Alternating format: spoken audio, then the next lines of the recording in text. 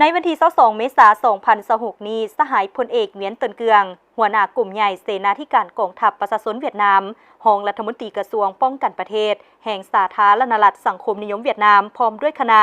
ได้เดินทางมาเยี่ยมยามและเฮ็ดเวียกอยู่สาธารณรัฐประชาธิปไตยประชาชนลาวอย่างเป็นทางการเพื่อสืบต่อหัดแน่นสายพัวพันมิตรภาพอันยิ่งใหญ่ความสามัคคีพิเศษและการหัวมือหอบด้านระหว่างสองชาติสองกองทัพลาวเวียดนามลาวให้แตกดอกออกผลยิ่งขึ้น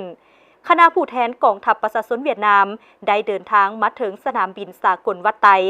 ซึ่งให้การต้อนรับโดยสหายพลตรีศรีพรไซคำท้องเวินรองหัวหน้ากลุ่มใหญ่เสนาธิการกองทัพประชาชนลาวพร้อมด้วยคณะในการเดินทางมาเยี่ยมยามและเฮ็ดเวียกในครั้งนี้สหายพลเอกเหวียนเตินเกืองพร้อมด้วยคณะได้เดินทางไปวางพวงมาลาอยู่ที่อนุสาวรีย์นักรบนิรนามดาวแดงเพื่อแสดงความเคารพรักและระลึกถึงคุณงามความดี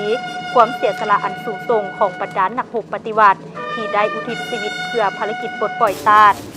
จากนั้นพิธีต้อนรับอย่างเป็นทางการได้จัดขึ้นอย่างสมเกียรติอยู่ที่กระทรวงป้องกันประเทศแห่งสาธารณรัฐประชาธิปไตยประชาชนลาวโดยการต้อนรับของสหายพลโทใส่ใจกรมศิลป์รองรัฐมนตรีกระทรวงป้องกันประเทศหัวหน้ากลุ่มใหญ่เสนาธิการกองทัพประชาชนลาวภายหลังนางสาวมอบซอดอกไม้แล้วก็ได้เชิญสหายพลเอกเหวียนเตินเกืองขึ้นแทนเกียรติยศเพื่อเคารพธงชาติ